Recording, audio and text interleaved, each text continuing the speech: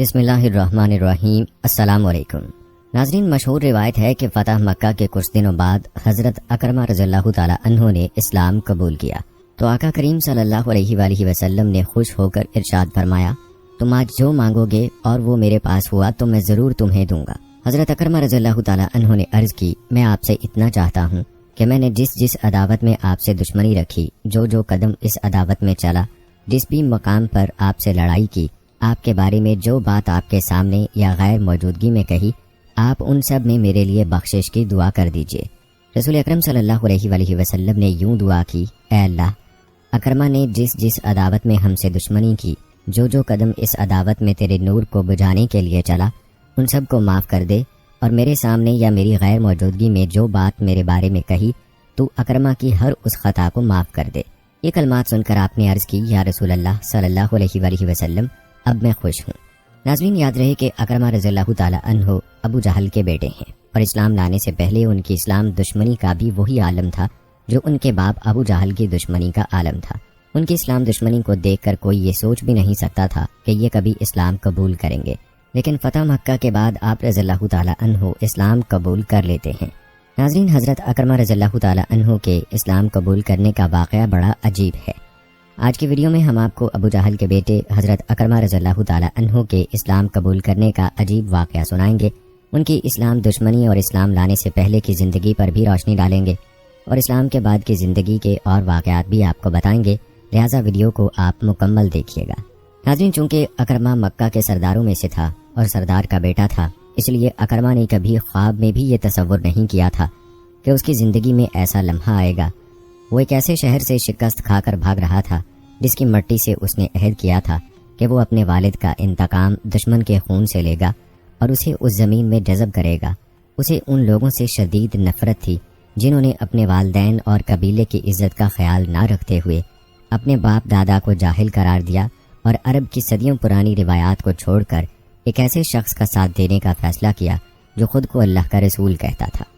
اکرمہ کے دوستوں سعد بن ابی وقاص رضی اللہ تعالی عنہ اور مصعب بن عمیر رضی اللہ تعالی عنہ نے اسے کئی بار سمجھایا کہ وہ اللہ کے رسول حضرت محمد صلی اللہ علیہ وآلہ وسلم کی بات کو سن لے، ان کے پیش کردہ دین کو کم از کم ایک مرتبہ پرکھ تو لے اور قبول کرنے یا نہ کرنے کا فیصلہ بعد میں کرے، لیکن اکرمہ نے وہی جواب دیا جو اس کے والد نے اسے سکھایا تھا۔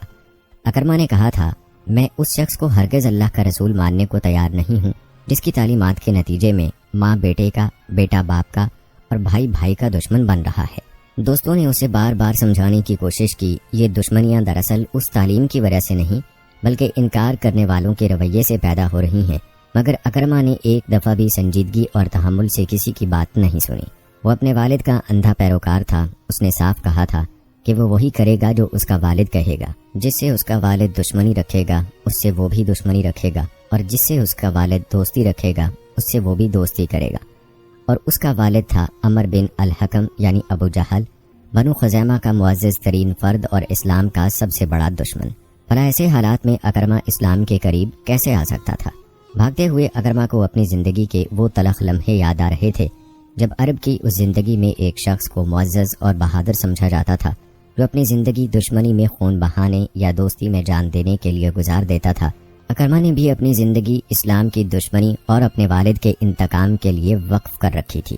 اکرمہ کی زندگی کے تلخ دن اس وقت شروع ہوئے جب اللہ کے رسول صلی اللہ علیہ وآلہ وسلم اس کے والد کے جال اور نگرانی کے باوجود ہجرت کر کے مدینہ پہنچ گئے۔ ہجرت سے پہلے مسلمانوں کو تنگ کرنا، ان پر طنز کرنا اکرمہ کے لیے ایک کھیل ہوا کرتا تھا، اور دشمنی کے یہ لمحات اس کے لیے سکون کا باعث بنتے تھے۔ لیکن جب 2 ہجری میں جنگ بدر ہوئی تو اس دن سے اس کی زندگی کے تلخ دنوں کا آغاز ہوا۔ اس دن اس کی آنکھوں کے سامنے انصار کے 2 نوجوانوں نے اس کے والد کو قتل کر دیا تھا، اور وہ منظر وہ کبھی نہیں بھول سکتا تھا جب اس نے دور سے ایک انصاری کی تلوار کو اپنے والد پر برستے دیکھا تھا۔ وہ دیوانہ وار اس انصاری کی طرف بڑھا تھا، مگر جب تک وہ پہنچتا اس کا والد خاک و خون میں نہا چکا تھا۔ اکرمہ نے غصے میں آ کر پیچھے سے وار کیا اور ایک نوجوان کا بازو کاٹ دیا۔ وہ دوسرا وار کرنا ہی چاہتا تھا کہ ایک اور شخص اس کے سامنے آ گیا۔ اس کے بعد اس نے ایسا منظر دیکھا کہ اپنے والد کے قتل کا ہولناک منظر بھی بھول گیا۔ اس نے دیکھا کہ ایک قریشی ایک مسلمان کی گردن اڑانے کو تھا کہ نہ جانے کیسے اس پر اندیکھا وار ہوا اور اس کی گردن کٹ کر زمین پر گر گئی۔ اس منظر نے اکرما کو ہلا کر رکھ دیا اور پھر ایک اور دشمن اس کے سامنے آ گیا اور اس نے بڑی مشکل سے اپنی جان بچائی۔ اس کے بعد اس پر ایسا خوف مسلط ہوا کہ اس کے اندر کی ساری بہادری بزدلی اور پست ہمتی میں بدل گئی اور وہ شکست خوردہ ہو کر میدان سے بھاگ گیا۔ اسے اچھی طرح یاد تھا کہ وہ کئی دن تک اپنے گھر نہیں جا سکا تھا۔ والد کی ذلت آمیز موت اور قوم کے بڑے بڑے سرداروں کا قتل اس کے ذہن سے چپک گیا تھا۔ اس نے قسم کھائی کہ جب تک اس شکست کا بدلہ نہ لے گا چین سے نہیں بیٹھے گا۔ پھر اس کی نظروں کے سامنے 1 سال بعد کا منظر آ گیا، وہ منظر جس پر وہ فخر کیا کرتا تھا۔ یہ احد کی جنگ کا دن تھا۔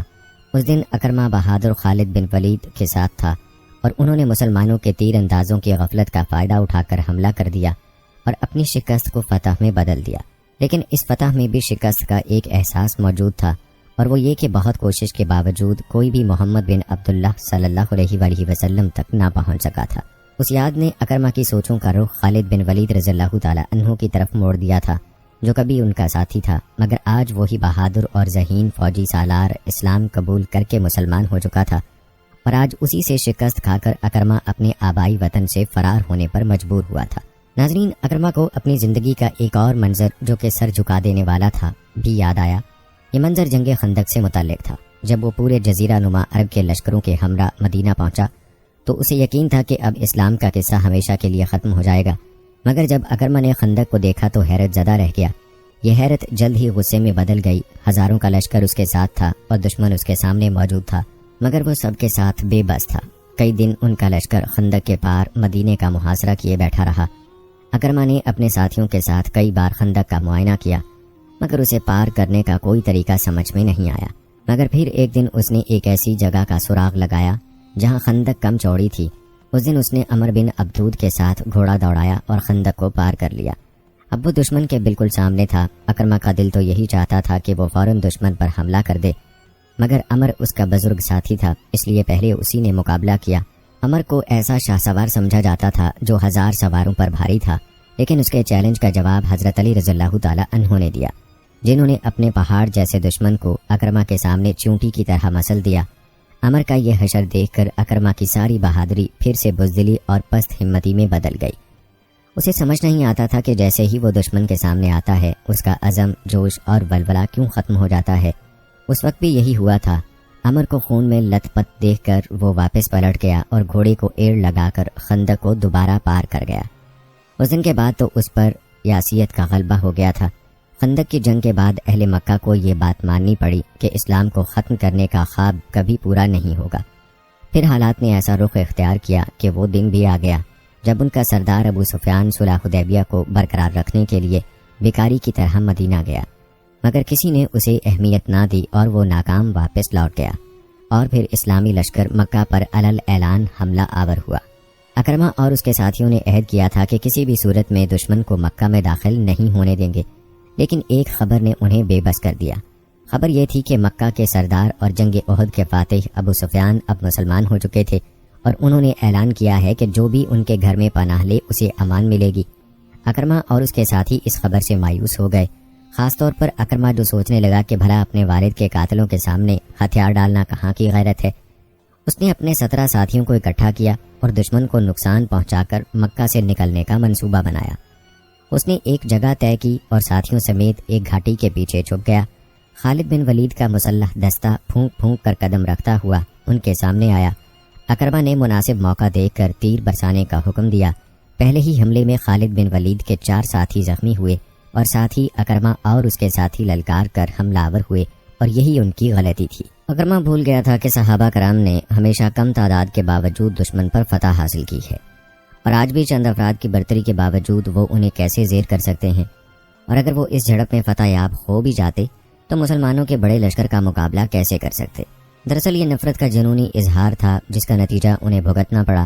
جب وہ توحید کے ماننے والوں کے سامنے آیا تو اس کے ہاتھ پاؤں کانپنے لگے۔ ساری بہادری اور غصہ دھیرے دھیرے ختم ہو گیا، اور اس نے جلد ہی اپنے 3 ساتھیوں کو خون میں لت پت زمین پر گرتے دیکھا۔ مکہ کی مقدس زمین محض اس کی ضد اور حماقت کی وجہ سے خون سے رنگی جا رہی تھی۔ اس احساس نے اس کی باقی ہمت بھی ختم کر دی، اور وہ چند کمزور وار کرنے کے بعد بھاگ کھڑا ہوا۔ اکرما کو یہ بھی معلوم نہیں تھا کہ اس کے 17 ساتھیوں میں سے 12 مارے گئے تھے، جبکہ مسلمانوں میں 2 شہید ہوئے۔ اکرما مکہ سے نکل کر ایک نواحی علاقے میں پہنچا اور شہر کی صورتحال جانچنے لگا۔ اسے معلوم ہوا کہ قریش کو عام معافی دے دی گئی ہے، مگر کچھ لوگوں کے جرائم کی وجہ سے ان کے قتل کا حکم دیا گیا اور ان میں اس کا نام بھی شامل تھا۔ اس خبر نے اس کی قسمت کا فیصلہ کر دیا کہ اسے مکہ کو انتہائی عبرتناک طریقے سے چھوڑنا ہوگا۔ وہ جانتا تھا کہ اس کی بیوی ام حکیم ابھی مکہ ہی میں ہے، مگر وہ شکست خوردہ چہرہ لے کر مکہ واپس جانے کی ہمت نہیں کر سکتا تھا۔ آخر کار سوچ بچار کے بعد اس نے یمن جانے کا فیصلہ کیا اور اپنی بیوی کے نام یہ پیغام بھیجا کہ وہ ہمیشہ کے لیے یمن جا رہا ہے اور شاید ہی دوبارہ ملاقات ہو۔ اس پیغام کے بعد تہامہ کے ساحلی علاقے میں پہنچ کر وہ یمن جانے کے لیے کئی دن تک مناسب کشتی کا انتظار کرتا رہا۔ ان دنوں میں اسے مکہ اور اپنی بیوی کی یاد ستاتی رہی، جسے وہ مکہ میں دشمنوں کے رحم و کرم پر چھوڑ آیا تھا۔ اس کا ضمیر اسے ملامت کر رہا تھا کہ اگر بھاگنا ہی تھا تو کم از کم اپنے خاندان کو ساتھ لے لیتا، لیکن اس کی قسمت ہی خراب ہو چکی تھی۔ اسی دوران اسے معلوم ہوا کہ ایک کشتی یمن جانے کے لیے تیار ہے اور اس میں جگہ بھی ہے۔ اکرمہ بوجھل قدموں کے ساتھ کشتی والے کی طرف چلا گیا۔ کشتی میں پہلے ہی سواریاں موجود تھیں۔ اس نے ملاح سے پوچھا، کیا مجھے بھی لے چلو گے؟ ہاں، لے چلوں گا، مگر ملاح نے غور سے اس کی طرف دیکھتے ہوئے کہا، کشتی میں سواریاں زیادہ ہیں، اس لیے تمہیں ساتھ چلنے کے لیے اپنی نیت خالص کرنی ہوگی۔ نیت خالص کرنی ہوگی؟ کیا مطلب؟ اکرمہ اس کی عجیب شرط پر حیران ہوا۔ اگر تم یہ شہادت دو کہ اللہ کے سوا کوئی معبود نہیں اور محمد اللہ کے رسول ہیں تو میں سمجھوں گا کہ تمہاری نیت خالص ہے۔ یہ سن کر اکرمہ کی حالت عجیب ہو گئی۔ سوچنے لگا، جس کلمے اور عقیدے کی مخالفت میں اس کا پورا خاندان تباہ ہوا، وطن چھوٹا، اب اسی کلمے کو پڑھ کر نیت خالص کیسے کرے؟ وہ غصے میں بولا، بوڑھے میاں، لگتا ہے تم بھی بے دین ہو چکے ہو، مگر میں تو اس توحید کی مخالفت میں مکہ چھوڑ آیا ہوں۔ اچھا، مگر میں تو اس عقیدے اور کلمے کو اپنی زندگی کا حاصل سمجھتا ہوں۔ تم نے اگر اس کے خلاف سب کچھ چھوڑا ہے تو بڑی نادانی کی ہے۔ اکرمہ ملاح کو مزید جلی کٹی سنانے لگا کہ اچانک ایک خاتون کی آواز سنائی دی، اے میرے چچا کے بیٹے، کہاں جا رہے ہو؟ اکرمہ کو آواز جانی پہچانی لگی، مگر یہ ممکن نہیں تھا کہ وہ یہاں ہو۔ جب پلٹ کر دیکھا تو وہ کوئی اور نہیں بلکہ اس کی بیوی ام حکیم ہی تھی۔ وہ بے یقینی سے ان کی طرف دیکھنے لگا۔ تب وہ دوبارہ بولی، میں سب سے بہتر، سب سے نیک اور سب سے عظیم ہستی یعنی محمد صلی اللہ علیہ وآلہ وسلم کے پاس سے آئی ہوں۔ اکرمہ کو یقین نہ آیا اور بولا، ام حکیم کیا کہہ رہی ہو؟ باخدا میں سچ کہہ رہی ہوں۔ انہوں نے ہند، وحشی بن حرب، صفوان بن امیہ سب کو معاف کر دیا۔ ان کے عفو درگزر کی کوئی انتہا نہیں۔ میں نے ان سے تمہارے لیے بھی امان طلب کی اور انہوں نے کمال شفقت سے تمہیں پناہ دی۔ اکرمہ کو ابھی بھی یقین نہیں آیا اور بولا، کیا تم نے خود ان سے میری بابت بات کی؟ ہاں، میں نے خود ان سے بات کی تھی۔ پھر اس دوران مجھے تمہارا پیغام ملا کہ تم یمن جانے والے ہو اور میں ہر قسم کا خطرہ مول لے کر یہاں پہنچی۔ تمہیں کچھ خبر نہیں کہ میں اپنی جان اور عزت کو خطرے میں ڈال کر کیسے یہاں پہنچی۔ ام حکیم رضی اللہ تعالی عنہا کی آنکھوں میں آنسو دیکھ کر اکرمہ تڑپ اٹھا اور بولا، خدا کی قسم، بتاؤ کس نے تمہاری عزت اور جان کو خطرے میں ڈالا؟ نیک دل بیوی نے اپنی داستان سناتے ہوئے کہا، مدینہ میں تمہارے لیے امان لے کر میں ایک رومی غلام کے ساتھ تمہاری تلاش میں نکلی۔ راستے میں رومی غلام کی نیت خراب ہو گئی۔ میں جانتی تھی کہ اگر مزاحمت کی تو جان اور عزت دونوں سے جاؤں گی، اس لیے اسے ٹالتی رہی اور یہاں تک کہہ دیا کہ اگر میرا شوہر نہ ملا تو پھر تمہارے حق میں فیصلہ ہوگا۔ تہامہ کے قریب ایک عرب قبیلے کے ہاں قیام کیا۔ میں نے موقع پا کر قبیلے کے ایک بزرگ سے رومی غلام کی بدنیتی اور اپنی مظلومیت بیان کی۔ بزرگ نے میرے سر پر ہاتھ رکھا اور رومی غلام کو فوراً قید کر لیا۔ پھر میں آگے روانہ ہو گئی اور آخر کار تمہارے پاس پہنچ گئی۔ اب معلوم نہیں تم کیا فیصلہ کرتے ہو۔ اکرمہ کا دل پگھل گیا اور بولا، ٹھیک ہے، میں تمہارے ساتھ مکہ واپس جانے پر راضی ہوں، لیکن مجھے اس رومی غلام سے حساب چکانا ہے۔ چنانچہ اکرمہ بیوی کے ہمراہ پہلے اس عرب قبیلے کے پاس گیا جنہوں نے اس کی اہلیہ کی مدد کی تھی۔ قبیلے نے ان کی عزت کی اور رومی غلام کو ان کے حوالے کر دیا۔ اکرمہ نے غصے میں آ کر رومی غلام کو قتل کر ڈالا اور قبیلے کا شکریہ ادا کر کے مکہ کی طرف روانہ ہو گیا۔ راستے میں ایک جگہ قیام کے دوران جب وہ آرام کے لیے لیٹے تو ام حکیم رضی اللہ تعالی عنہا نے اکرمہ سے کہا، اکرمہ تم میرے شوہر ہو لیکن تم مشرک ہو، اس لیے میں تمہارے ساتھ کمرے میں نہیں سو سکتی۔ اکرمہ بیوی کے اس رویے پر حیران ہوا اور بولا، اچھا تو تم مسلمان ہو چکی ہو، پھر تو میرے اور تمہارے درمیان ایک بڑی خلیج حائل ہو گئی ہے۔ ہاں اکرمہ، اگر تم مسلمان نہیں ہوئے تو ہمارا نکاح ختم ہو جائے گا۔ اکرمہ چند لمحے خاموش رہا، پھر بولا، ٹھیک ہے، اب جو بھی ہوگا مکہ پہنچ کر ہی ہوگا، میں تو امید کرتی ہوں کہ تم مسلمان ہو جاؤ گے۔ ام حکیم رضی اللہ تعالی عنہا نے بھرائی ہوئی آواز میں کہا۔ اسی رات اکرمہ نے اسلام قبول کرنے کا فیصلہ کر لیا۔ اگلے دن وہ ام حکیم رضی اللہ تعالی عنہا کے ہمراہ مکہ معظمہ پہنچا۔ اللہ کے رسول صلی اللہ علیہ وآلہ وسلم کو پہلے سے وحی کے ذریعے اطلاع دے دی گئی تھی کہ اکرمہ واپس آ رہا ہے تاکہ کوئی صحابی اسے دشمن سمجھ کر نقصان نہ پہنچائے۔ روایات بتاتی ہیں کہ رسول اللہ صلی اللہ علیہ وآلہ وسلم نے خاص طور پر اعلان فرمایا، دیکھو جلد ہی اکرمہ بن ابو جہل تمہارے پاس مومن اور مہاجر بن کر آئے گا، اس لیے اس کے والد کو برا بھلا مت کہنا، کیونکہ مرنے والوں کو گالی دینے سے ان کے رشتہ داروں کو تکلیف ہوتی ہے، جبکہ مرے ہوئے شخص کو اس کا کچھ فائدہ یا نقصان نہیں پہنچتا۔ ناظرین، قربان جائیں ایسے اعلیٰ اخلاق والے نبی پر۔ کمنٹ میں نبی اکرم صلی اللہ علیہ وآلہ وسلم کی ذات پر ایک بار درود پاک ضرور تحریر فرما لیں۔ کہتے ہیں تھوڑی دیر بعد اکرمہ اور ام حکیم رضی اللہ تعالی عنہا آپ صلی اللہ علیہ وآلہ وسلم کے سامنے موجود تھے۔ آپ صلی اللہ علیہ وآلہ وسلم نے مسکراتے ہوئے اکرمہ کا استقبال کیا۔ اکرمہ کی حالت عجیب تھی۔ انہوں نے بے یقینی سے پوچھا، اے اللہ کے رسول صلی اللہ علیہ وآلہ وسلم، کیا واقعی ام حکیم رضی اللہ تعالی عنہا نے جو بتایا وہ سچ ہے؟ آپ صلی اللہ علیہ وآلہ وسلم نے مجھے پناہ دے دی ہے۔ ہاں، ام حکیم نے ٹھیک کہا ہے، میں نے تمہیں امان دے دی ہے۔ اکرمہ کو یقین نہیں آ رہا تھا کہ جس ہستی پر خاندانوں کو لڑانے کا الزام تھا وہ اتنی رحم دل اور معاف کرنے والی ہو سکتی ہے۔ تو پھر بتائیے، مجھے مسلمان ہونے کے لیے کیا کرنا ہے؟ آپ کی دعوت کیا ہے؟ آخرکار اکرمہ نے وہ سوال پوچھا جو انہیں بہت پہلے پوچھنا چاہیے تھا۔ آپ صلی اللہ علیہ وآلہ وسلم نے انہیں کلمہ توحید پڑھ کر اسلام قبول کرنے کی ہدایت کی اور نماز، روزہ، زکوٰۃ، نیک اعمال کرنے اور برائیوں سے بچنے کا حکم دیا۔ اکرمہ نے پریشانی کے عالم میں کہا، اے اللہ کے رسول صلی اللہ علیہ وآلہ وسلم، خدا کی قسم، آپ تو پہلے بھی ہم میں سب سے سچے اور نیک انسان تھے۔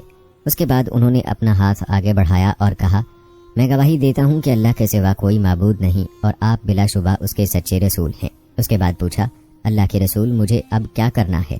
آپ صلی اللہ علیہ وآلہ وسلم نے فرمایا، اس مجمع کے سامنے اعلان کرو کہ آج سے تم اسلام کے مجاہد اور مہاجر ہو۔ اکرمہ رضی اللہ تعالی عنہ نے دل کی گہرائیوں سے اعلان کر دیا۔ اللہ کے رسول صلی اللہ علیہ وآلہ وسلم نے خوش ہو کر فرمایا، اے اکرمہ، آج اگر تم مجھ سے کچھ بھی مانگو جو میں نے کسی اور کو بھی دیا ہو تو تمہیں بھی وہ ضرور دوں گا۔ اکرمہ رضی اللہ تعالی عنہ سوچنے لگے کہ وہ کتنے عظیم انسان سے لا علمی میں دشمنی کرتے رہے۔ ان کے دل میں پچھتاوے کے سوا کچھ نہ تھا اور فرمانے لگے، اے اللہ کے رسول صلی اللہ علیہ وآلہ وسلم، مجھے وہ ساری دشمنی معاف کر دیں جو میں نے آپ سے کی، اور ان مقابلوں کی بھی معافی دیں جو جاہلیت کے زمانے میں آپ سے کیے، اور وہ سب باتیں بھی معاف کر دیں جو آپ صلی اللہ علیہ وآلہ وسلم کے سامنے یا غیر موجودگی میں آپ صلی اللہ علیہ وآلہ وسلم کے خلاف کی۔ حضرت اکرمہ رضی اللہ تعالی عنہ کی سچائی اور نیت دیکھ کر حضور صلی اللہ علیہ وآلہ وسلم نے بلند آواز میں دعا کی، الہی اسے وہ ساری دشمنی معاف کر دے جو اس نے مجھ سے کی، اور اس کے ان قدموں کو بھی معاف کر دے جو اس نے تیرے نور کو بجھانے کے لیے اٹھائے۔ الہی میری موجودگی میں یا غیر موجودگی میں جو کچھ اس نے میری عزت کے خلاف کیا اسے بھی معاف کر دے۔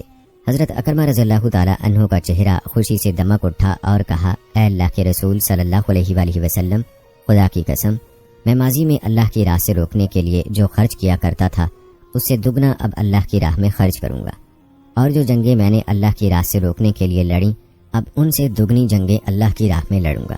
ناظرین، حضرت اکرمہ رضی اللہ تعالی عنہ کی اسلام کے بعد کی زندگی گواہی دیتی ہے کہ انہوں نے اپنے اس عزم کو دل و جان سے پورا کیا۔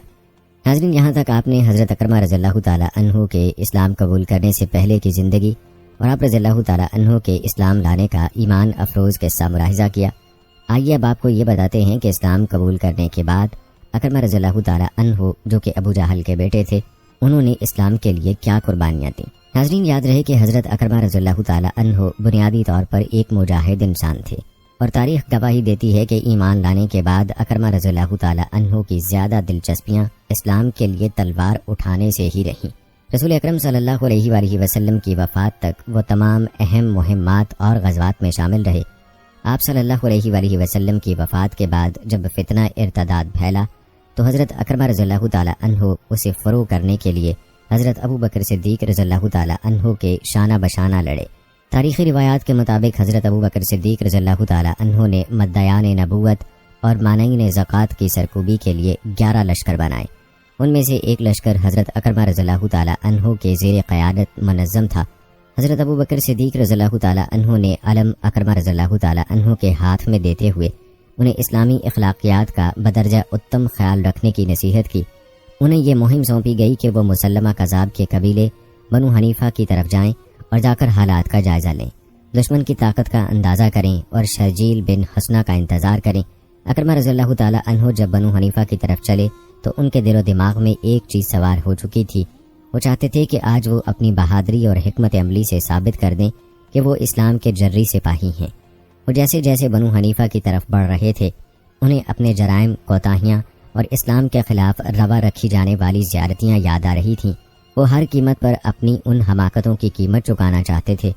دشمن کے علاقے میں پہنچ کر اکرمہ رضی اللہ تعالی عنہ کو معلوم ہوا کہ بنو حنیفہ بڑے منظم ہیں، ان میں کوئی اختلاف نہیں، اور مزید یہ کہ مسلمہ نے ان لوگوں کو باور کرایا ہے کہ اگر قریش میں ایک نبی اور رسول ہو سکتا ہے تو بنو حنیفہ میں کیوں نہیں۔ اس موقع پر اکرمہ رضی اللہ تعالی عنہ کے ذہن میں ایک عجیب بات آئی۔ انہوں نے سوچا کہ بے شک ان کی طاقت دشمن سے کم ہے، لیکن ان کی فوج میں بڑے بڑے بہادر ہیں۔ اگر وہ شرجیل بن حسنہ کی آمد سے پہلے مسلمہ کذاب پر حملہ کر کے اس کے لشکر کی کمر توڑ دیں تو حضرت ابو بکر صدیق رضی اللہ تعالی عنہ بہت خوش ہوں گے اور ان کی بہادری کی بھی دھاک بیٹھ جائے گی۔ یہ خیال آتے ہی انہوں نے دشمن پر حملے کا فیصلہ کر لیا۔ اس موقع پر وہ یہ بالکل بھول گئے کہ انہیں خلیفہ کا حکم ہے کہ شرجیل کا انتظار کرنے کے بعد کوئی فوجی اقدام کرنا ہے۔ انہوں نے اپنے جذبہ جہاد کے تحت دشمن پر حملہ کر دیا۔ اکرمہ رضی اللہ تعالی عنہ اور ان کی فوج اگرچہ بہت بہادری سے لڑی، لیکن انہوں نے دشمن کی طاقت اور مہارت کا صحیح اندازہ نہیں لگایا تھا۔ مسلمہ کذاب نے اپنی فوج کو کچھ اس طرح سے لڑایا کہ اکرمہ رضی اللہ تعالی عنہ اپنے لشکر کو پیچھے ہٹانے پر مجبور ہو گئے۔ انہوں نے محسوس کر لیا تھا کہ اگر انہوں نے جنگ مزید جاری رکھی تو مسلمانوں کا جانی نقصان بہت زیادہ ہوگا۔ اس شکست کے بعد مسلمہ کے حوصلے بہت بڑھ گئے۔ خود اکرمہ رضی اللہ تعالی عنہ بہت خوف زدہ تھے۔ انہوں نے تو خلیفہ کو خوش کرنے اور فتنے کو ختم کرنے کے لیے یہ سب کچھ کیا تھا، لیکن نتیجہ بالکل برعکس نکلا۔ چاروں ناچار انہوں نے حضرت ابو بکر صدیق رضی اللہ تعالی عنہ کو سارے حالات لکھ دیے۔ حضرت ابو بکر صدیق رضی اللہ تعالی عنہ کو جب ان کی شکست کی خبر پہنچی تو وہ سخت ناراض ہوئے۔ انہوں نے غصے بھرا خط لکھا، اے اپنی ماں کے بیٹے اکرمہ، میں تم سے سخت ناراض ہوں اور تمہیں واپس آنے کی ہرگز اجازت نہیں۔ تمہارے مدینہ آنے سے شکست کے حالات سن کر مسلمانوں کے حوصلے پست ہوں گے۔ اب تم یہاں سے اگلی مہم پر روانہ ہو جاؤ اور حذیفہ اور ارفجہ کے علاقوں میں جاؤ۔ یہ ہجر موت کا علاقہ ہے جہاں مہاجر بن امیہ پہلے ہی مرتدین سے برسر پیکار ہیں، تم اس کی مدد کرو۔ حضرت اکرمہ رضی اللہ تعالی عنہ اپنے خلیفہ کی ناراضی کو اچھی طرح سمجھتے تھے۔ انہوں نے اس دفعہ خاموشی سے خلیفہ کا کہا مانا اور ہجر موت روانہ ہو گئے۔ اکرمہ رضی اللہ تعالی عنہ اپنی اس غلطی پر سخت نادم تھے اور انہوں نے اللہ سے اپنے گناہ کی معافی مانگی اور عزم کیا کہ آئندہ وہ خلیفہ کے حکم کے آگے سرموہ انحراف نہیں کریں گے۔ ادھر ہجر موت کے علاقے میں مہاجر بن امیہ کو حضرت ابو بکر صدیق رضی اللہ تعالی عنہ نے پیغام بھیج دیا تھا کہ اکرمہ رضی اللہ تعالی عنہ تمہاری طرف آ رہے ہیں اور ان کے مشورے کے بغیر کام نہ کیا جائے۔ حضرت ابو بکر صدیق رضی اللہ تعالی عنہ کا یہ حکم اکرمہ رضی اللہ تعالی عنہ کی اہمیت واضح کر رہا تھا۔ ہجر موت تک پہنچنے سے پہلے اکرمہ رضی اللہ تعالی عنہ کو پہلے عمان پہنچنا تھا۔ عمان کا علاقہ رسول اکرم صلی اللہ علیہ وآلہ وسلم کے زمانے میں ایران کا حصہ تھا۔ وہاں جعفر نامی شخص گورنر تھا۔ آپ صلی اللہ علیہ وآلہ وسلم کی طرف سے اسلام کا پیغام حضرت عمرو بن عاص رضی اللہ تعالی عنہ لے کر گئے تھے۔ جعفر نے انہیں جواب دیا تھا، مجھے اسلام لانے میں ہرگز کوئی عذر نہیں، لیکن یہ ڈر ضرور ہے کہ اگر میں نے اپنے علاقے سے زکوٰۃ اکٹھی کر کے مدینہ روانہ کی تو یہاں کے لوگ بغاوت کر دیں گے۔ حضرت عمرو بن عاص رضی اللہ تعالی عنہ نے اس کی غلط فہمی دور کی کہ اسلامی ریاست کا مقصد دوسرے ملکوں سے خراج وصول کرنا ہرگز نہیں، بلکہ زکوٰۃ کی رقم جس علاقے سے اکٹھی کی جاتی ہے وہیں خرچ کی جاتی ہے۔ چنانچہ عمان میں بھی یہی ہوگا، یہاں کی زکوٰۃ یہاں ہی کے غرباء مساکین پر خرچ کی جائے گی۔ جعفر کی غلط فہمی دور ہو گئی اور وہ اسلام لے آیا۔ رسول اللہ صلی اللہ علیہ وآلہ وسلم کی وفات تک جعفر ہی عمان کا گورنر رہا اور حضرت عمرو بن عاص رضی اللہ تعالی عنہ اس کی مشاورت کے لیے وہاں ٹھہر گئے۔ رسول اللہ صلی اللہ علیہ وآلہ وسلم کی وفات کے بعد جب پورے عرب میں فتنہ ارتداد کی آگ پھیل گئی تو عمان کے لوگ بھی اسلام سے باغی ہو گئے۔ آپ صلی اللہ علیہ وآلہ وسلم کی وفات کا سن کر حضرت عمرو بن عاص رضی اللہ تعالی عنہ تو مدینہ لوٹ گئے تھے اور جعفر نے لوگوں کی بغاوت کے بعد فرار ہو کر پہاڑیوں میں پناہ لے لی۔ عمان میں باغیوں کا سردار لقیط بن مالک ازدی تھا، اس نے بھی نبوت کا دعویٰ کر دیا تھا۔ اس کی سرکوبی کے لیے حضرت ابو بکر رضی اللہ تعالی عنہ نے حذیفہ بن محض کو روانہ کیا تھا اور اس کے قریبی علاقے مہرہ میں ارفجہ کو مقرر کیا تھا۔ یہ دونوں اپنے علاقے کے بہادر سپاہی تھے۔ اکرمہ رضی اللہ تعالی عنہ کو ان دونوں کے پاس پہنچنا تھا۔ وہ کچھ اس قدر برق رفتاری سے روانہ ہوئے کہ ان دونوں سرداروں سے پہلے ہی مقررہ جگہ پہنچ گئے۔ چند دنوں کے بعد تینوں سردار اکرمہ رضی اللہ تعالی عنہ، حذیفہ رضی اللہ تعالی عنہ اور ارفجہ رضی اللہ تعالی عنہ اکٹھے ہوئے اور باغیوں سے نپٹنے کی تدبیریں کرنے لگے۔ انہوں نے سب سے پہلے جعفر اور ان کے بھائی عباد کو تلاش کرنے کا فیصلہ کیا۔ جلد ہی ان سے رابطہ ہو گیا۔ انہیں یہ پیغام پہنچایا گیا کہ وہ بلا خوف پہاڑیوں سے اتر آئیں اور اسلامی لشکر میں شامل ہو جائیں۔ ادھر لقیط کو اسلامی لشکر کی اطلاع مل چکی تھی۔ انہوں نے فیصلہ کیا کہ مخالفوں کو جمع ہونے سے پہلے ہی ختم کر دیا جائے۔ اس نیت سے اس نے اپنا لشکر دبا کر میدان میں خیمہ زن کر دیا۔ جعفر اور عباد نے اسلامی لشکر کی دعوت پر لبیک کہا اور پہاڑوں سے اتر کر اسلامی فوج سے مل گئے۔ اکرمہ رضی اللہ تعالی عنہ اور ان کے ساتھیوں کو لقیط کے لشکر کی نقل و حرکت کا علم تھا، اس لیے انہوں نے دشمن کا خود استقبال کرنے کا فیصلہ کیا اور دبا کے میدان میں پہنچ گئے۔ دونوں لشکر جلد ہی آپس میں الجھ پڑے۔ پہلے مرحلے میں لقیط کا پلہ بھاری رہا، اسلامی فوجوں میں انتشار پھیل گیا، لیکن پھر عجیب واقعہ رونما ہوا۔ عین اس وقت جب اسلامی فوجیں پسپائی کا فیصلہ کر چکی تھیں، بنو عبد قیس اور بحرین کے علاقوں کی طرف سے مدد آن پہنچی۔ اس مدد سے لشکر کے اکھڑے ہوئے قدم جم گئے اور جلد ہی جنگ کا پانسا پلٹ گیا اور دشمن شکست کھا کر بھاگا۔ یہ اسلامی لشکر کی عظیم کامیابی تھی اور اس کامیابی میں اکرمہ رضی اللہ تعالی عنہ نے کلیدی کردار ادا کیا۔ امن و امان قائم ہو جانے کے بعد ارفجہ مدینہ کی طرف روانہ ہوئے اور اکرمہ رضی اللہ تعالی عنہ اگلی منزل کی طرف پیش قدمی کرنے لگے۔ اکرمہ رضی اللہ تعالی عنہ اگرچہ اپنی اس فتح پر بہت خوش تھے، لیکن انہیں اپنی موجودہ لشکر کی خامیوں کا بھی اچھی طرح علم تھا۔ جب وہ مہرہ پہنچے تو اکرمہ رضی اللہ تعالی عنہ کا عجیب صورتحال سے واسطہ پڑا۔ مہرہ میں 2 گروپ تھے، ہر ایک کا دعویٰ تھا کہ علاقے پر ان کی حکمرانی چلے۔ ان حالات میں اکرمہ رضی اللہ تعالی عنہ نے بہترین سیاسی فیصلہ کیا اور قدرے کمزور جماعت کو اسلام لانے کی دعوت دی۔ ان کی توقع کے عین مطابق یہ دعوت قبول کر لی گئی اور وہ لوگ مسلمان ہو گئے۔ ان کو ساتھ ملا کر اکرمہ رضی اللہ تعالی عنہ نے بڑے گروہ سے جنگ کی۔ یہ جنگ بڑے گھمسان کی تھی اور اس دفعہ بھی فتح نے اکرمہ کے قدم چومے۔ اکرمہ نے مال غنیمت میں خمس کا مال نکالا اور ساتھ ملنے والے سردار کے ہاتھ اسے مدینہ خلیفہ کے حضور روانہ کر دیا۔ وہ خود یہاں کچھ عرصے کے لیے ٹھہر گئے تاکہ امن و امان مکمل طور پر بحال ہو جائے۔ جب حالات پرسکون ہو گئے تو وہ ایک عظیم الشان لشکر لے کر مہاجر بن امیہ کی مدد کو روانہ ہو گئے۔ یہی ان کا اصل مقصد تھا۔ اکرمہ ساحل کے ساتھ ساتھ مہرہ سے حجر موت اور کندہ کی جانب بڑھے اور اس سفر میں انہیں کوئی خاص مہم درپیش نہ آئی۔ دراصل یہ علاقہ مہرہ سے ملحق تھا اور مہرہ پر اب اسلامی حکومت قائم ہو چکی تھی۔ دوسری طرف مہاجر کو سخت مزاحمت کا سامنا تھا۔ وہ شمالی جانب سے یمن کی جانب آ رہے تھے۔ اکرمہ رضی اللہ تعالی عنہ کو جیسے ہی اندازہ ہوا کہ انہیں یہاں انتظار کرنے کی بجائے اپنے ساتھی سپاہ سالار کی مدد کرنی چاہیے، وہ فوراً روانہ ہو گئے۔ یمن کا علاقہ ایک عرصے سے بغاوت کے شعلوں کی لپیٹ میں تھا۔ رسول اللہ صلی اللہ علیہ وآلہ وسلم کی حیات مبارکہ ہی میں یہاں پر اسود انسی نے نبوت کا دعویٰ کر دیا تھا، لیکن آپ صلی اللہ علیہ وآلہ وسلم کی زندگی کے آخری دنوں میں اسے قتل کر دیا گیا اور وہاں پر فیروز نامی شخص کو گورنر مقرر کیا گیا اور حالات پرسکون ہو گئے۔ لیکن رسول اللہ صلی اللہ علیہ وآلہ وسلم کی وفات کے فوراً بعد حالات پھر خراب ہو گئے۔ اسود انسی کے حمایتی ایک مرتبہ پھر اکٹھے ہو گئے اور قبیلوں کی شکل میں رہنے والے عربوں نے ایک منظم حکومت کے زیر تحت رہنے سے انکار کر دیا۔ اس صورتحال کا فائدہ اٹھانے کے لیے عمر بن مادی کرب میدان میں آیا۔ عمر ایک اعلیٰ درجے کا شاعر اور بہت بہادر سپاہ سالار بھی تھا۔ پورے عرب میں اس کی بہادری اور عظمت کا طوطی بولتا تھا۔ اس سے قبل وہ اسود انسی سے مل کر مسلمانوں کا مقابلہ کر چکا تھا، اور پھر جب اسود جہنم سدھارا تو اس نے وقتی طور پر خاموشی اختیار کر لی۔ اب جب اسے دوبارہ اپنی حکومت بنتی نظر آئی تو خاموشی ترک کر کے وہ علل اعلان دشمن بن کر سامنے آ گیا۔ اس نے ایک اور شخص قیس بن عبد یاغوث کو ساتھ میں لایا اور رسول اللہ صلی اللہ علیہ وآلہ وسلم کے مقرر کردہ گورنر فیروز کو یمن سے نکال دیا۔ فیروز کا یمن سے نکلنا صرف قیس کی مدد سے ممکن ہوا تھا۔ قیس پہلے فیروز کے ساتھ تھا اور اسود انسی کو قتل کرنے کے منصوبے میں اس نے فیروز کی بہت مدد کی تھی، لیکن جب گورنر کے طور پر فیروز کو نامزد کیا گیا تو وہ ناراض ہو گیا اور عمر بن مادی کرب سے مل گیا۔ اس نازک صورتحال میں بھی یمن کے مسلمان بالکل نہ گھبرائے۔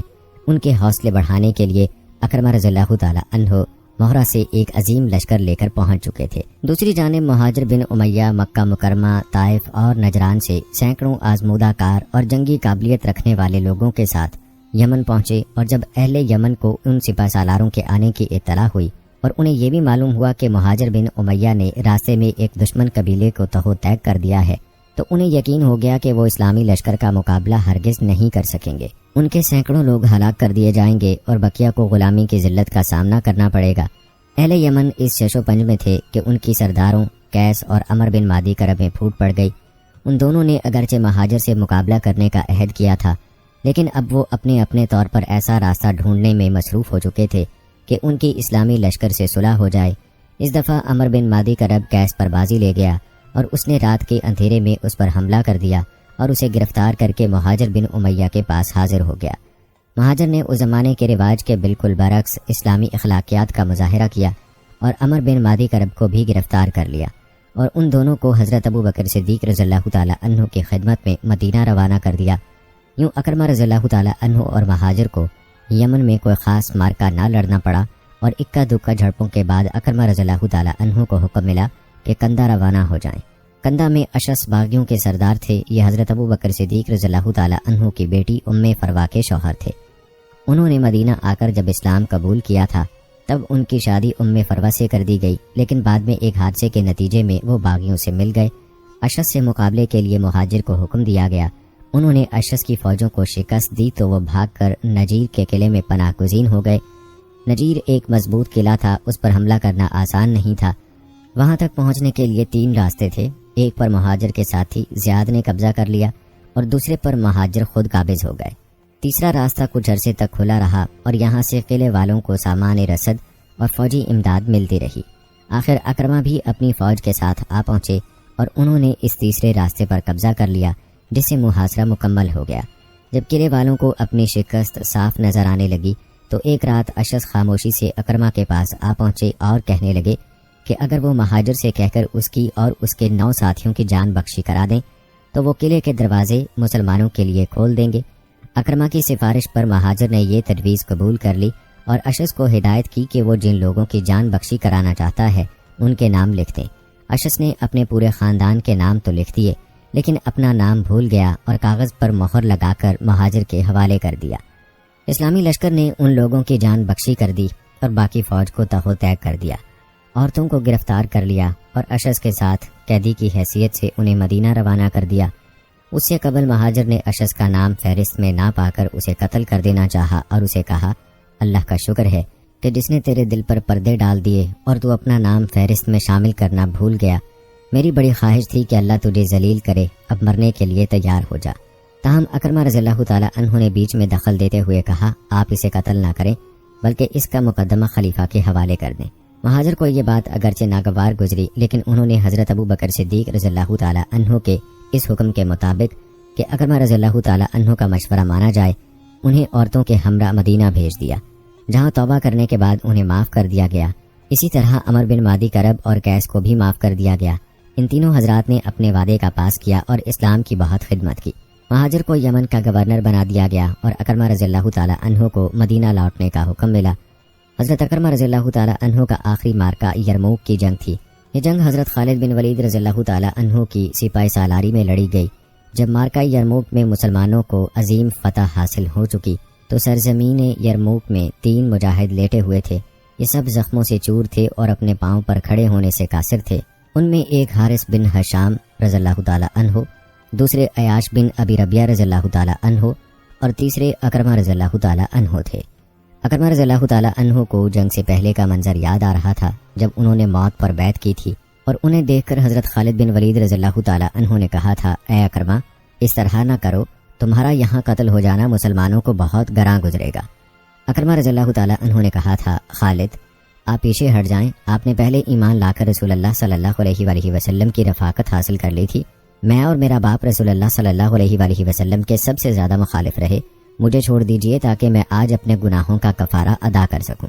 انہوں نے اپنی قسم کا بھرم رکھا اور انہیں فتح بھی ملی اور شہادت بھی۔ اب زندگی کے کچھ لمحے ان کے جسم میں باقی تھے کہ انہیں بہت پیاس لگی۔ انہوں نے ساتھ لیٹے اپنے ساتھی کی طرف دیکھا، کسی نے پانی کا پیالہ بڑھایا تھا۔ یہ حارث رضی اللہ تعالیٰ عنہ تھے۔ انہوں نے پلانے والے کو اشارہ کیا کہ پہلے اکرمہ کو پلائیں۔ جب پانی ان کے قریب گیا تو عیاش رضی اللہ تعالیٰ عنہ نے ان کی طرف دیکھا۔ حارث رضی اللہ تعالیٰ عنہ کی طرح انہوں نے اشارہ کیا کہ پانی پہلے عیاش کو پلایا جائے۔ پانی پلانے والا جب عیاش رضی اللہ تعالیٰ عنہ کے قریب پہنچا تو ان کی روح بدن کا ساتھ چھوڑ چکی تھی۔ جب وہ واپس اکرمہ رضی اللہ تعالی عنہ کے پاس آیا تو وہ بھی بجائے پانی کے شہادت کا جام پی چکے تھے، اور جب حارث رضی اللہ تعالی عنہ کے پاس پہنچا تو وہ بھی اللہ کو پیارے ہو چکے تھے رضی اللہ تعالی عنہم۔ ناظرین، یہ صحابہ رضوان اللہ مجمعین ہی کی شان تھی کہ اپنی زندگی کی پرواہ کیے بغیر دوسرے کا سوچتے تھے، اور اللہ کے لیے ان کا اپنی جان کی قربانی کر دینا کوئی معنی نہیں رکھتا تھا۔ ناظرین، یہ تھی حضرت اکرمہ رضی اللہ تعالی عنہ کی اسلام کے بعد کی زندگی اور آپ رضی اللہ تعالی عنہ کی شہادت کا ایمان افروز واقعہ۔ ناظرین، یہ اللہ تعالیٰ کی شان ہے کہ اللہ تعالیٰ جس کو چاہتا ہے ہدایت نصیب فرماتا ہے، ورنہ اکرمہ رضی اللہ تعالی عنہ کا والد ابو جہل اسلام کا سخت ترین دشمن تھا، اور پھر اکرمہ رضی اللہ تعالی عنہ بھی اسلام کے سخت دشمن تھے، لیکن اللہ تعالیٰ نے آپ کو اپنے دین کی سربلندی کے لیے چن لیا تھا، اسی لیے آپ کو اسلام کی دولت نصیب ہوئی اور آپ نے اسلام کے لیے اپنی زندگی وقف کر دی اور آخر کار شہادت کی موت حاصل کی۔ اللہ تعالیٰ سے دعا ہے کہ اللہ تعالیٰ ہمیں بھی صحابہ جیسا جذبہ ایمانی نصیب فرمائے، آمین۔ ناظرین، آپ نے ابو جہل کے صاحبزادے حضرت اکرمہ رضی اللہ تعالی عنہ کی زندگی پر تفصیلی تذکرہ ملاحظہ فرمایا۔ اب کچھ بات کرتے ہیں ابو جہل کی اسلام دشمنی کی۔ یاد رکھیں، ابو جہل کو اس امت کا فرعون کہا جاتا ہے۔ ناظرین، تاریخ اس بات کی گواہ ہے کہ اللہ کے ہر سچے نبی کے مقابلے پر ہمیشہ کوئی نہ کوئی فرعون میدان میں موجود رہا ہے، اور نبی اکرم صلی اللہ علیہ وآلہ وسلم نے فرمایا تھا کہ ابو جہل اس امت کا فرعون ہے، کیونکہ اس نے اسلام کو مٹانے کے لیے ایڑی چوٹی کا زور لگایا، مگر اللہ اور اس کے رسول صلی اللہ علیہ وآلہ وسلم کے مقابلے پر اس کی تمام چالیں ناکام ہو گئیں۔ وہ مکہ سے ایک لشکر تیار کر کے مدینہ پر حملہ کرنے کے لیے بڑی رعونت کے ساتھ نکلا تھا، اور بدر کے میدان میں کفر و اسلام کا پہلا معرکہ ہوا، جسے اللہ تعالیٰ نے یوم الفرقان سے تعبیر کیا۔ جنگ بدر میں مسلمان 313 اور کفار 1000 تھے۔ کفار کے لشکر سے 3 جنگجو عتبہ، شیبہ اور ولید بن عتبہ میدان میں نکلے اور مبارزت کے لیے مسلمانوں کو للکارا۔ ان کے مقابلے پر صحابہ کی طرف سے حضرت حمزہ رضی اللہ تعالی عنہ، حضرت عبیدہ بن حارث رضی اللہ تعالی عنہ اور حضرت علی بن ابی طالب رضی اللہ تعالی عنہ نکلے۔ تینوں کفار قتل ہو گئے، جبکہ حضرت عبیدہ بن حارث رضی اللہ تعالی عنہ شدید زخمی ہو گئے۔ بعد میں اسی زخم کی وجہ سے ان کی شہادت ہوئی۔ عتبہ، شیبہ اور ولید کے قتل کے بعد ابو جہل نے قوم سے خطاب کیا اور ان کے جذبہ انتقام کو ابھارا۔ لات اور عزا کی قسمیں دلا کر اس نے قریش کے نوجوانوں کو حملہ کرنے اور مسلمانوں کو کچل ڈالنے کی ترغیب دی۔ ابو جہل نے اس موقع پر اپنی اس دعا کا پھر اعادہ کیا جو اس نے مکہ سے نکلتے ہوئے خانہ کعبہ کا غلاف پکڑ کر مانگی تھی۔ یہ عجیب بات ہے کہ ابو جہل لات و عزا کا حوالہ بھی دیے جا رہا تھا اور اللہ تعالیٰ سے بھی دعا کر رہا تھا۔ اس کی دعا کے یہ الفاظ تاریخ میں نقل کیے گئے ہیں: اے اللہ، اس یعنی محمد نے قطع رحمی کی ہے اور ہمارے پاس ایسا دین گھڑ لایا ہے جو ہمارے لیے بالکل غیر معروف ہے، بس تو اسے ہلاک کر ڈال۔ روایات میں آتا ہے کہ قریش کی فوج حملے کے لیے آگے بڑھی تو حضور پاک صلی اللہ علیہ وآلہ وسلم نے مٹھی میں خاک اور کنکریاں اٹھائیں اور کفار کی جانب پھینکتے ہوئے کہا، شاہت الوجوہ۔ اس کے ساتھ ہی آپ صلی اللہ علیہ وآلہ وسلم نے صحابہ کو حکم دیا، ہمت سے کام لو۔ چنانچہ صحابہ کرام نے بھی جرأت و شجاعت کے کارنامے سر انجام دیے، اور حضور صلی اللہ علیہ وآلہ وسلم کی پھینکی ہوئی خاک بھی قریش پر بجلی بن کر گری۔ اس کے بارے میں اللہ تعالیٰ کا سورہ انفال میں ارشاد ہے، بس حقیقت یہ ہے کہ تم نے انہیں قتل نہیں کیا بلکہ اللہ نے ان کو قتل کیا، اور آپ صلی اللہ علیہ وآلہ وسلم نے اس خاک کو نہیں پھینکا بلکہ اللہ نے پھینکا۔ ناظرین، یاد رکھیں، ابو جہل اسلام کا سب سے بڑا دشمن تھا۔ اسے حضور صلی اللہ علیہ وآلہ وسلم نے اس امت کا فرعون کہہ کر پکارا تھا، وہی فوجیں چڑھا کر لایا تھا۔ روایات بتاتی ہیں کہ ابو سفیان کے پیغام اور عتبہ بن ربیعہ کی واپسی کی تجویز کو اس نے سختی اور حقارت کے ساتھ ٹھکرا دیا تھا اور تکبر کا بدترین مظاہرہ کر رہا تھا۔ مدینہ میں نوجوانوں نے اس کے بارے میں بہت کچھ سن رکھا تھا، مگر انہوں نے اسے دیکھا ہوا نہیں تھا۔ مدینہ کے لوگوں کے دلوں میں مشرکین مکہ کی نفرت بہرحال موجود تھی، کیونکہ وہ ان کی اسلام دشمنی سے واقف تھے اور جانتے تھے کہ انہوں نے نبی اکرم صلی اللہ علیہ وآلہ وسلم پر اور مسلمانوں پر کیا کیا مظالم ڈھائے تھے۔ ناظرین، یہ بات تو تقریباً بچہ جانتا ہے کہ ابو جہل کو جہنم واصل کرنے والے 2 کم عمر نوجوان تھے جن کا نام معاذ اور معوذ تھا۔ یہ دونوں بھائی تھے۔ یہ مدینہ کی مایہ ناز صحابیہ افرا کے بیٹے تھے۔ ان کے تیسرے بھائی اوف بھی جنگ میں تھے۔ تاریخ نگاروں نے یہ بھی لکھا ہے کہ حضرت افرا کے 4 دوسرے فرزندان عامر، خالد، ایاس اور عاقل رضی اللہ تعالی عنہم، جو بکیر بن عبد العیل کے سلب سے تھے، بھی شریک جہاد تھے۔ معاذ اور معوذ اور اوف کے والد حارث بن رفاع کے ساتھ شادی سے قبل حضرت افرا بنت عبدی بن عبد العیل لیسی کے نکاح میں تھیں۔ بکیر سے ان کے 4 اور حارث سے 3 بیٹوں نے جنگ بدر میں حصہ لیا۔ اس طرح سیدہ افرا رضی اللہ تعالی عنہا کا یہ منفرد اعزاز ہے کہ ان کے 7 لخت جگر کفر و اسلام کی پہلی جنگ میں حق کی خاطر لڑے۔ ان کا یہ اعزاز بھی منفرد و بے مثال ہے کہ ان کے 3 بیٹے معوذ، عوف اور عاقل شہادت کے مقام پر فائز ہوئے۔ روایات بتاتی ہیں کہ معاذ رضی اللہ تعالی عنہ اور معوذ رضی اللہ تعالی عنہ نے اپنی والدہ سے مکہ کی 13 سالہ تاریخ اسلام کے جزیات و تفاصیل بارہا سن رکھی تھیں۔ ماں کی اسلام سے والہانہ محبت ان عظیم سپوتوں کے رگ و پے میں بھی رچی بسی تھی۔ ان دونوں نے حضرت عبد الرحمن بن عوف رضی اللہ تعالی عنہ سے پوچھا، چچا جان ابو جہل کون سا ہے؟ حضرت عبد الرحمن رضی اللہ تعالی عنہ نے فرمایا، بیٹو تم مجھ سے کیا کرو گے؟ انہوں نے گرم جوشی سے جواب دیا، ہم اسے جہنم واصل کریں گے۔ حضرت عبد الرحمن رضی اللہ تعالی عنہ ان ناپختہ نوجوانوں کو خطرے میں کودنے سے بچانا چاہتے تھے، مگر وہ مچل گئے۔ جب حضرت عبد الرحمن بن عوف رضی اللہ تعالی عنہ نے اشارے سے بتایا کہ ابو جہل وہ ہے جو گھوڑے پر سوار ہے اور جس کے گرد قریش کے نوجوانوں نے سروں کی فصیل بنا رکھی ہے، تو یہ دونوں مجاہد باز کی طرح جھپٹے اور دیکھتے ہی دیکھتے ابو جہل تک جا پہنچے۔ معاذ اور معوذ رضی اللہ تعالی عنہ دونوں بھائی قریش کے جوانوں کی صفیں چیرتے ہوئے ابو جہل پر حملہ آور ہوئے تو قریش کے بہت سے جوانوں کے ہاتھ پاؤں پھول گئے۔ حضرت معاذ رضی اللہ تعالی عنہ نے تلوار سے حملہ کر کے ابو جہل کی ٹانگ پنڈلی سے کاٹ دی، پھر دونوں بھائیوں نے اسے خاک و خون میں لٹا دیا۔ معاذ رضی اللہ تعالی عنہ پر ابو جہل کے بیٹے اکرمہ رضی اللہ تعالی عنہ نے تلوار کا شدید وار کیا، جس سے ان کا بازو کندھے کے قریب سے کٹ گیا اور محض چمڑی رہ گئی، جس کی وجہ سے کٹا ہوا بازو لٹکنے لگا۔ یہ جمع ہمت مجاہد بازو کٹ جانے کے باوجود دشمنوں سے برسر پیکار رہا، اور جب یہ محسوس کیا کہ کٹا ہوا بازو جہاد میں رکاوٹ بن رہا ہے تو ہاتھ کو پاؤں کے نیچے رکھ کر بازو اپنے جسم سے الگ کر دیا۔ حضرت معوذ رضی اللہ تعالی عنہ بھی زخمی ہوئے، مگر ان کا کوئی عضو مجروح نہ ہوا۔ ابو جہل کو قتل کرنے کے بعد وہ دائیں بائیں ہر جانب حملہ آور ہوئے، یہاں تک کہ قریش کے ایک ماہر جنگجو ابو مصافے نے تلوار سے حملہ کر کے انہیں شہید کر دیا۔ روایات کے مطابق حضرت معاذ رضی اللہ تعالی عنہ کا زخم مندمل ہو گیا تھا اور وہ کافی عرصہ زندہ رہے۔ ابن اسحاق کی روایت کے مطابق انہوں نے حضرت عثمان رضی اللہ تعالی عنہ کے دور خلافت میں وفات پائی۔ مدینہ منورہ کے بچے ان کے اس ٹنڈ منڈ بازو کو جو کٹ چکا تھا شوق اور عقیدت سے دیکھا کرتے تھے۔ کئی لوگ حتیٰ کہ حضرت عمر رضی اللہ تعالی عنہ بھی ان کے بازو کو چوم لیا کرتے تھے۔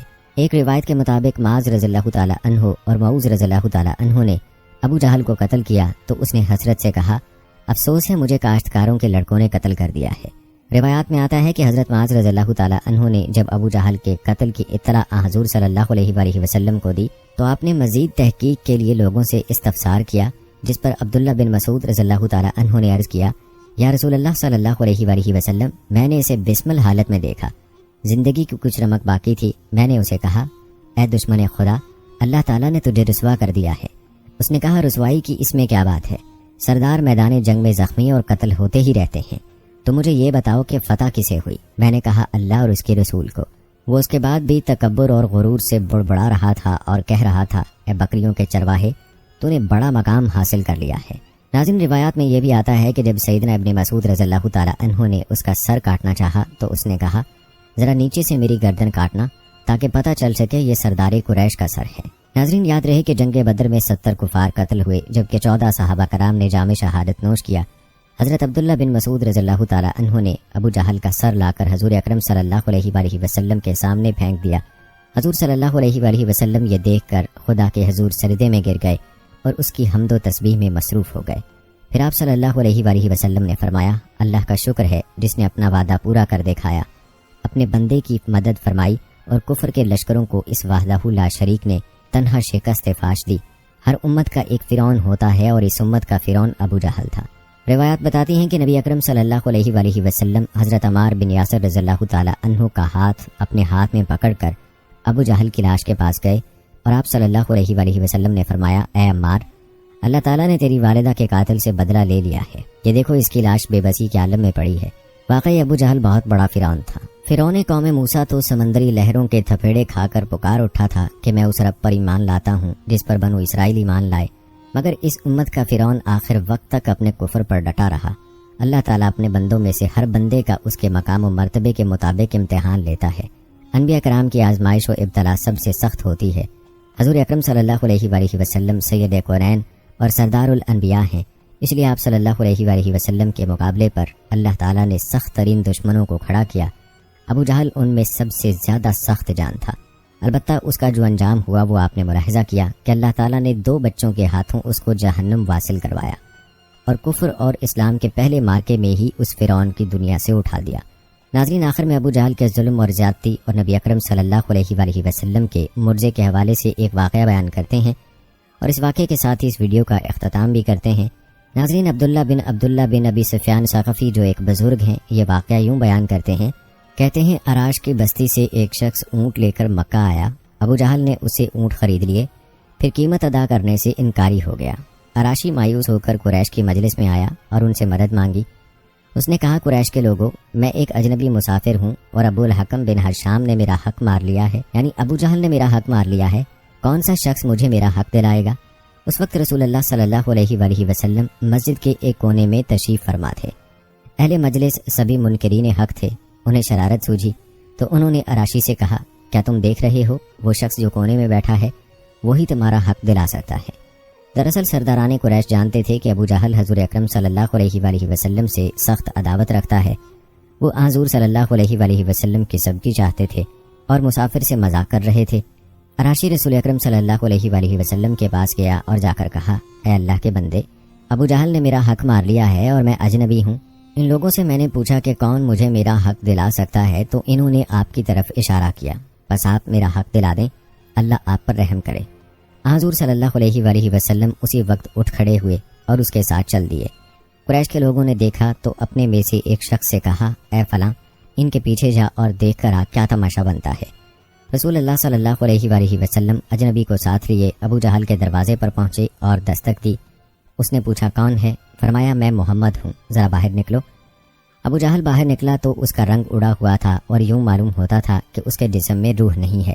آپ صلی اللہ علیہ وآلہ وسلم نے فرمایا، اس شخص کا حق ادا کر دو۔ ابو جہل نے کہا، بہت اچھا، میں اس کا حق ابھی ادا کرتا ہوں۔ گھر کے اندر داخل ہوا، رقم لے کر آیا اور اراشی کے ہاتھ پر رکھ دی۔ حضور صلی اللہ علیہ وآلہ وسلم نے اراشی سے فرمایا، اچھا بھائی، خدا حافظ، اور آپ چل دیے۔ اراشی قریش کی مجلس کے پاس سے گزرا اور ان سے کہا، اللہ تعالیٰ اسے جزائے خیر عطا فرمائے، خدا کی قسم وہ بڑا عظیم آدمی ہے، اس نے مجھے میرا حق دلا دیا۔ جس شخص کو قریش کے لوگوں نے تماشا دیکھنے کے لیے بھیجا تھا اسے انہوں نے کہا، تیرا ستیہ ناس ہو، تو نے کیا دیکھا؟ اس نے کہا، میں نے عجیب ترین معاملہ دیکھا، خدا کی قسم۔ جو ہی محمد نے اس کے دروازے پر دستک دی، وہ باہر نکلا تو میں نے دیکھا کہ اس کے جسم میں گویا جان ہی نہیں۔ محمد نے اس سے کہا کہ اس شخص کو اس کا حق ادا کر دو، تو بغیر حیل و حجت کے اس نے اس کا حق ادا کر دیا۔ تھوڑی دیر بعد ابو جہل مجلس میں آ پہنچا تو لوگوں نے اس سے پوچھا، تیری تباہی ہو جائے، تجھے کیا ہو گیا تھا؟ خدا کی قسم، تو نے جو حرکت کی اس کی تو ہمیں کبھی توقع ہی نہیں تھی۔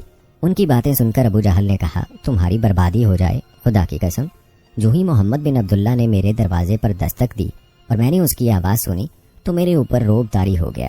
پھر میں دروازہ کھول کر باہر نکلا تو کیا دیکھتا ہوں کہ اس کے سر کے اوپر فضا میں ایک سانڈ اونٹ معلق ہے۔ اس اونٹ جیسی کوہان، گردن اور دانت میں نے کبھی کسی اونٹ کے نہیں دیکھے۔ خدا کی قسم، مجھے یوں محسوس ہوا کہ اگر میں نے انکار کیا تو وہ اونٹ مجھے کھا جائے گا۔ ناظرین، اس واقعے میں جہاں حضور صلی اللہ علیہ وآلہ وسلم کا یہ عمل خلق خدا کی خدمت کی بہترین مثال ہے، وہیں پر ابو جہل کی صفاقی اور ظلم کی مثال بھی اس واقعے میں موجود ہے کہ ابو جہل اور اس جیسے باقی لوگ کس طرح سے اجنبیوں کے ساتھ ظلم و زیادتی کیا کرتے تھے اور اجنبی کو انصاف دلانے والا کوئی نہیں ہوتا تھا۔ لیکن قربان جائیں نبی اکرم صلی اللہ علیہ وآلہ وسلم کے اعلیٰ اخلاق اور اعلیٰ کردار پر کہ آپ صلی اللہ علیہ وآلہ وسلم نے اس اجنبی کو اس کا حق دلوایا، اور ابو جہل پر روب طاری ہو جانا اور اس کو اونٹ دکھائی دینا، یہ دراصل نبی اکرم صلی اللہ علیہ وآلہ وسلم کے معجزات تھے۔ ناظرین، یہ تھی ہماری آج کی ویڈیو، امید کرتے ہیں کہ آپ کو پسند آئی ہوگی۔ آج کی اس ویڈیو کے متعلق اپنی رائے کا اظہار کمنٹ باکس میں لازمی کیجیے گا۔ مجھے اگلی ویڈیو تک اجازت